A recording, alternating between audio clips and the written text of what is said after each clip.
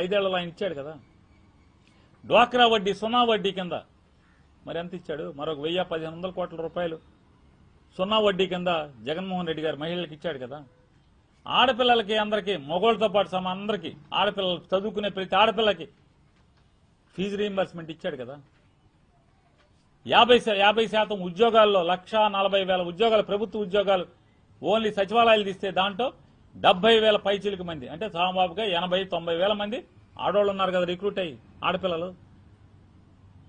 30 లక్షల మంది ఆడవాళ్ళకి ఇళ్ల పట్టాలు ఇచ్చాడు కదా. ఇల్లు లేని ఆడపిల్లలందరికీ కూడా 30 లక్షల ఇళ్ల పట్టాలు ఇచ్చాడు కదా. 22 లక్షల మందికి ఇళ్లు కట్టుకోమని శాంక్షన్స్ ఇచ్చాడు కదా. మీరు వచ్చి ఆపేశారు కదా, ఇళ్లు కట్టనివ్వట్లేదు కదా. ఏం చేశారు మీరు అంటున్నా? ఆడవాళ్ళ మీద నెప్పేసి మీరు ఇవాళ సర్వనాశనం చేసే పరిస్థితి. ఇవాళ ఏంటంటే అంటే మేము నడపలేము 7 రూపాయలని అని చంద్రబాబు నాయుడు గారు చెప్పిస్తున్నాడు. కరెంటు బస్సు అయితే 7 రూపాయలని. ఎంత పచ్చి మోసం, పచ్చి మోసం ఇది. పిఎం ఈ బస్ సేవ, పిఎం ఈ బస్ సేవ కింద 750 బస్సులు కొన్నామని చంద్రబాబు నాయుడు చెప్తున్నాడు. రేపో మాపో వస్తాయి అంటున్నాడు. ఆ స్కీమ్లో ఏం చెప్తుంది? ఆ స్కీమ్లో టెండర్ వేసింది పినాకిల్ అనేటువంటి బస్సులు తయారు చేసేటువంటి సంస్థ. ఆ పినాకిల్ సంస్థ ఆంధ్రప్రదేశ్ రాష్ట్రానికి బస్సులు ఇస్తే, బస్సులు నడిపితే 71 రూపాయలు 72 రూపాయలు వాళ్ళు బిల్లు పెడతా అంట కిలోమీటర్కి. 21 రూపాయలు మోడీ ఇస్తా అంట. మరి మిగతా బాబాయ్ ఎవడిస్తాడు? 50 రూపాయలు కిలోమీటర్కి ఎవడు కడతాడు? ఎవడు కడతాడు? బస్సు ఎక్కినోడు కట్టాలి,